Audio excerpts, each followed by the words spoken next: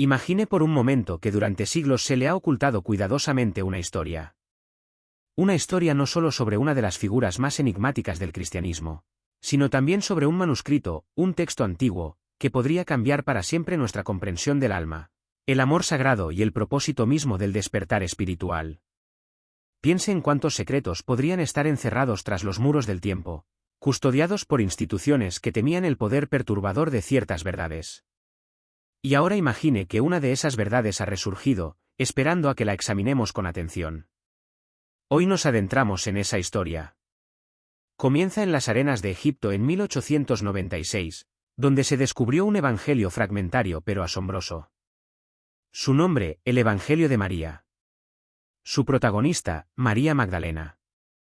Durante siglos, la tradición oficial la había retratado como la pecadora que lloró a los pies de Jesús, la mujer caída redimida por la gracia. Esa fue la narrativa elaborada y transmitida. Pero la investigación moderna, con voces como las de Elaine Pagels en Princeton y Karen L. King en Harvard, ha revelado que esta imagen no era una narración inocente. Era una reformulación deliberada, diseñada para despojar a María de su verdadero papel, el de discípula íntima, guía espiritual, quizás incluso la que comprendió el mensaje de Cristo con mayor profundidad que cualquier otra. Y lo que revela el Evangelio es peligroso. Dentro de sus descoloridas líneas coptas, María no se arrodilla avergonzada. Se alza como maestra. Se la muestra consolando a los discípulos tras la partida de Jesús, transmitiendo enseñanzas ocultas que él le confió solo a ella. Emerge no como una figura secundaria, sino como la capaz de interpretar los misterios del alma. Pero aquí está el giro inesperado, este descubrimiento en Egipto no fue único. El siglo XIX presenció una oleada de manuscritos que emergieron de las arenas del desierto. Códices de Nag Hammadi, fragmentos de Oxirrinco, rollos que conmocionaron al mundo académico. Cada fragmento erosionaba la pulida narrativa del cristianismo, pulida durante siglos. El Evangelio de María formó parte de esta ola, pero a diferencia de otros, abordó directamente la cuestión del poder. ¿Quién tiene las llaves de la salvación? ¿Una jerarquía eclesiástica o el alma individual? El manuscrito que tenemos hoy está incompleto, desgarrado por el tiempo. Faltan páginas enteras. Sin embargo, incluso las partes supervivientes vibran con algo radical. Hablan de un camino interior, una liberación que no requiere templo, sacerdote ni intermediario. Apuntan a la luz propia del alma. Y ese era, y sigue siendo, un mensaje que las instituciones no podían tolerar fácilmente. Porque si el reino de los cielos está dentro de ti, ¿qué necesidad tienes de control externo? Aquí es donde la historia se vuelve más que arqueología. Porque el Evangelio de María no es solo un artefacto. Es una voz. Un susurro de un pasado silenciado, que resuena a través de los siglos, diciéndonos que lo que nos enseñaron sobre María Magdalena puede haber sido solo la mitad de la historia. Y que la otra mitad, la mitad prohibida, puede contener la clave de una visión completamente diferente del cristianismo. Así que la pregunta es: ¿por qué este evangelio fue ignorado, rechazado e incluso burlado durante tanto tiempo?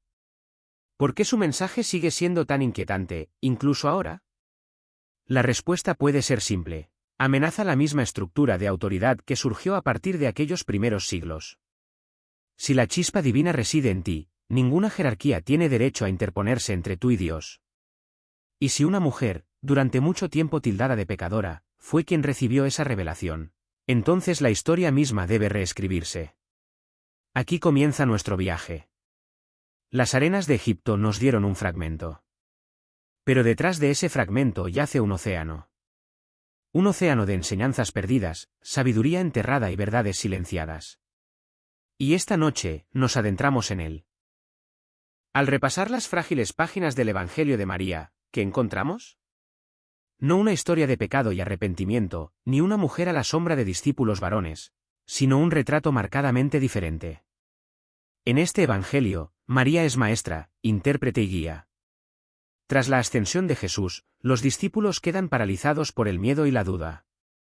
Es ella quien se alza entre ellos, firme y luminosa, para consolarlos. Les relata las enseñanzas que él le confió solo a ella, enseñanzas sobre el alma, su camino después de la muerte y la liberación que proviene no del ritual, sino del despertar. Uno de los pasajes más vívidos describe cómo el alma, una vez liberada del cuerpo, asciende por reinos invisibles. Pero el camino no es fácil. En cada etapa se enfrenta a poderes, arcontes, guardianes, fuerzas de resistencia. Lanzan acusaciones. Le recuerdan al alma sus apegos, sus miedos, su ansia de control. Sin embargo, el alma, instruida por el conocimiento interior, responde con claridad. Proclama su origen divino. Se niega a ser atada. Y con cada reconocimiento de su verdadera naturaleza, asciende más alto, más cerca de la fuente. Esta no es simplemente una historia del más allá. Es un mapa de transformación interior. Los obstáculos que encuentra el alma no son demonios con alas y garras. Son las sombras de nuestros propios deseos, nuestro dolor, nuestro orgullo. Los guardianes son las ilusiones a las que nos aferramos. Y la liberación no llega al aniquilarlos con armas, sino al recordar quiénes somos más allá de ellas. Los paralelismos aquí son sorprendentes. En el antiguo Egipto, el libro de los muertos guiaba a las almas a través de las pruebas de la Duat, el inframundo, donde el corazón se comparaba con la pluma de la verdad. En la India, los Upanishads hablaban del alma desprendiéndose de capas de ilusión en su camino de regreso a Brahman.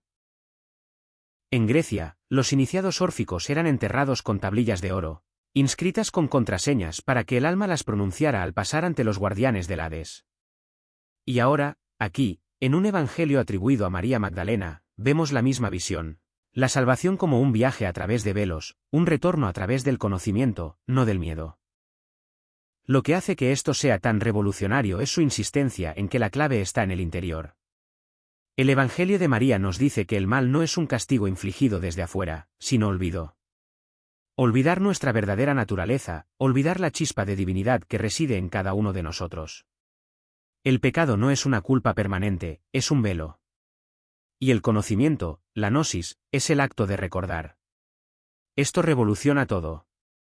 Durante siglos, la voz dominante del cristianismo enseñó que la humanidad estaba caída, que la redención requería obediencia a la autoridad externa. Pero aquí encontramos un llamado diferente, que el alma ya es divina, que el despertar requiere una introspección, y que ningún sacerdote ni institución puede sustituir el trabajo del autoconocimiento. Imaginen a los discípulos escuchando a María pronunciar estas palabras. Imaginen el silencio en la sala mientras describe el alma liberándose de cada atadura, elevándose por encima de cada poder, hasta disolverse en el origen de todas las cosas. Debió de ser a la vez inquietante y liberador. Porque si esto era cierto, la fe no era sumisión a una institución, sino el reconocimiento de una verdad ya viva en el interior. Y quizás por eso se ocultó este texto. No porque careciera de belleza, sino porque la contenía en exceso. Porque su visión era peligrosa, no en el sentido de herejía, sino en el de libertad. Porque si cada alma puede ascender recordándose a sí misma, ¿qué papel les queda a quienes afirman interponerse entre Dios y el hombre? En esto, el Evangelio de María hace más que hablarnos del más allá. Nos ofrece un espejo. Nos pregunta a cada uno, ¿cuáles son los arcontes en tu vida? ¿Cuáles son los miedos, las voces, los apegos que te atan? Y susurra, eres más que eso. Siempre lo fuiste. El Evangelio de María nos ofrece uno de los momentos más impactantes y tiernos de la memoria cristiana primitiva. Tras la muerte de Jesús, los discípulos están consumidos por el dolor. El miedo, la duda y la desesperación los envuelven como un pesado sudario. ¿Quién los guiará ahora?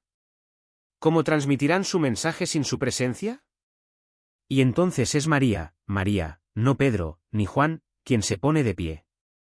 Les dice que no teman, que no se sumerjan en el duelo. No lloren, dice, y no permitan que la duda entre en sus corazones. Su gracia estará con ustedes y los protegerá. En lugar de lamentarnos, alabemos su grandeza.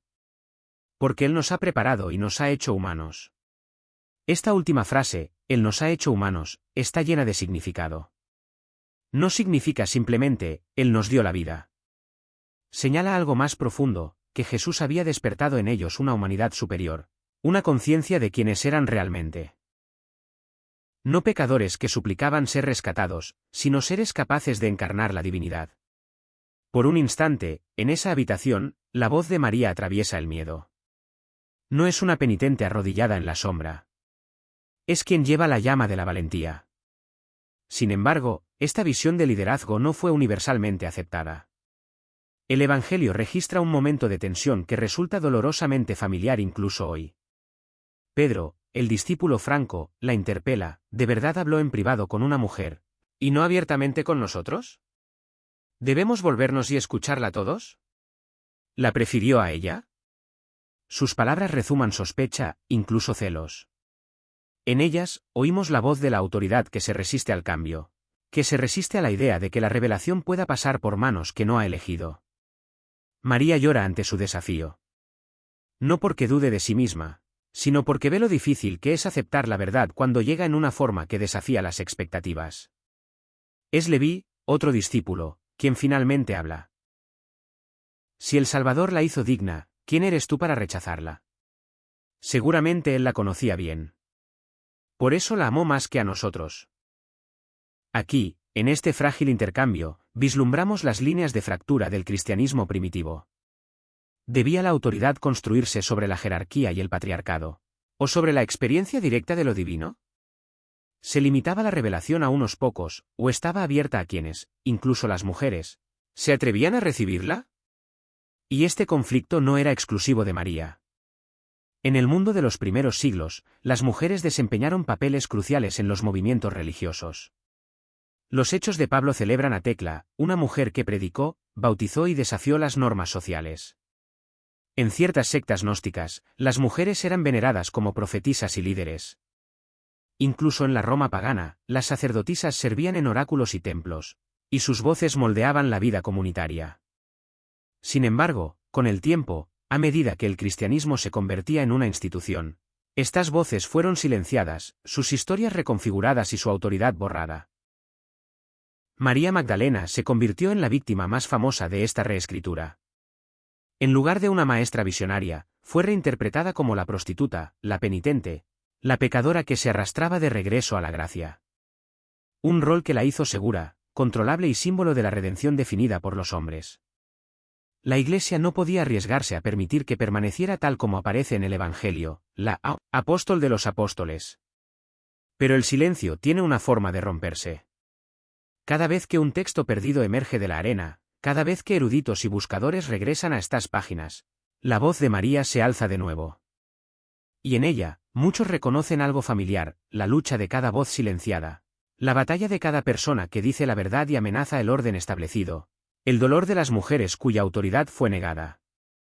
La historia de María no es solo historia antigua. Es un reflejo de patrones que se repiten a lo largo de los siglos.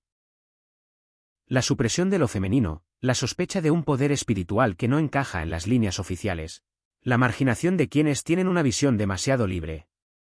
Escuchar su evangelio hoy es ver no solo su lucha, sino también la nuestra. Y es aquí donde la narrativa da un nuevo giro. Porque María no solo fue una líder en el conflicto, sino también portadora de enseñanzas más profundas que el dogma, enseñanzas que tocaban la naturaleza misma de la realidad. Enseñanzas tan radicales que aún hoy nos inquietan. El Evangelio de María no se limita al consuelo ni al liderazgo. Se atreve a ofrecer enseñanzas que atacan los cimientos de la autoridad religiosa. Un pasaje, casi informal en su redacción, tiene la fuerza de un rayo: donde está la mente, allí está el tesoro. A primera vista, parece simple. Pero escuchemos con atención. María no se refiere a la mente racional, al parloteo incesante del pensamiento. Habla del nous, la mente sagrada, la conciencia profunda de la que brota toda la creación. En su visión, todo se origina en la conciencia. El alma misma nace de ella. La realidad misma se teje a partir de la mente de lo divino. Esto es nada menos que una afirmación metafísica radical, que el universo no es material en su núcleo, sino mental, consciente, vivo. Que la salvación no depende del sacrificio ni de la obediencia, sino del despertar a esta verdad. Y aquí, el Evangelio de María se relaciona con tradiciones mucho más allá de su tiempo. En los textos herméticos, preservados en Egipto mucho antes del cristianismo, encontramos la enseñanza: el todo es mente, el universo es mental.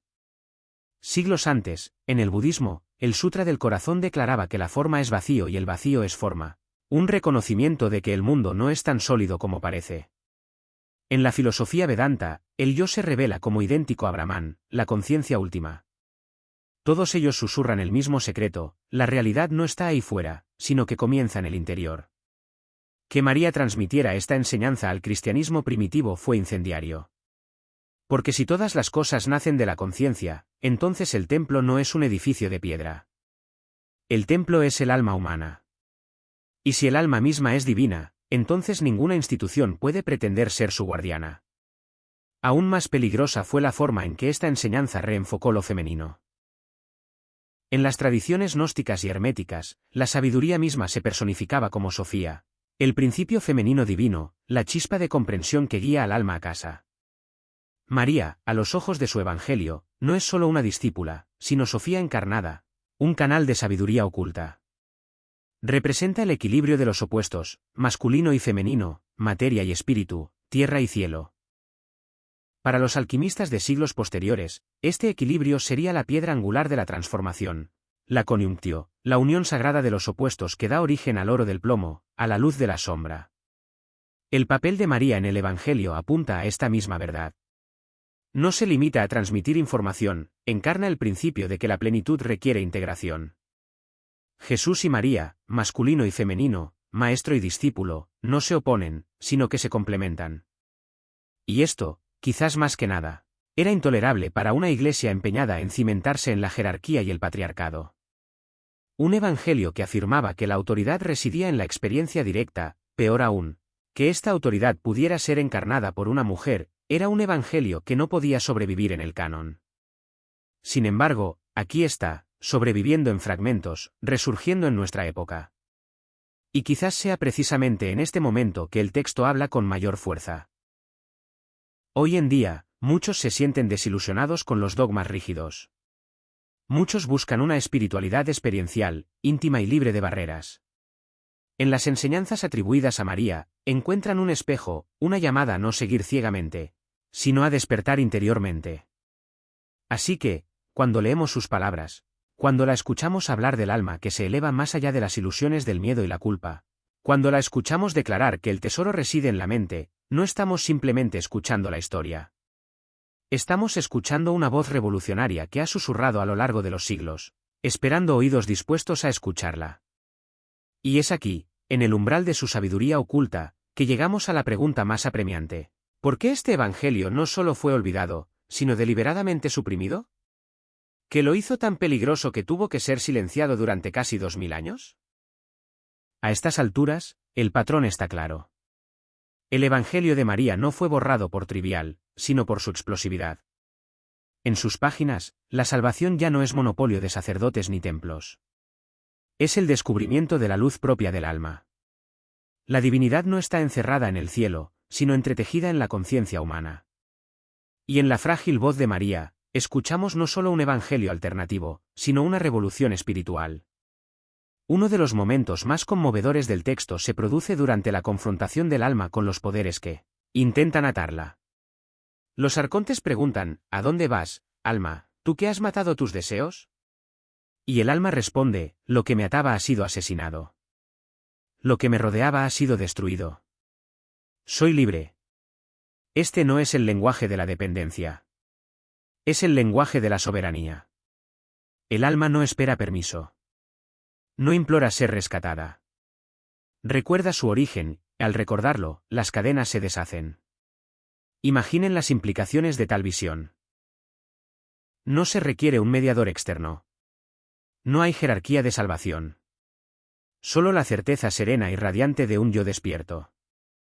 Es fácil ver por qué un mensaje así aterrorizaba a las estructuras de poder.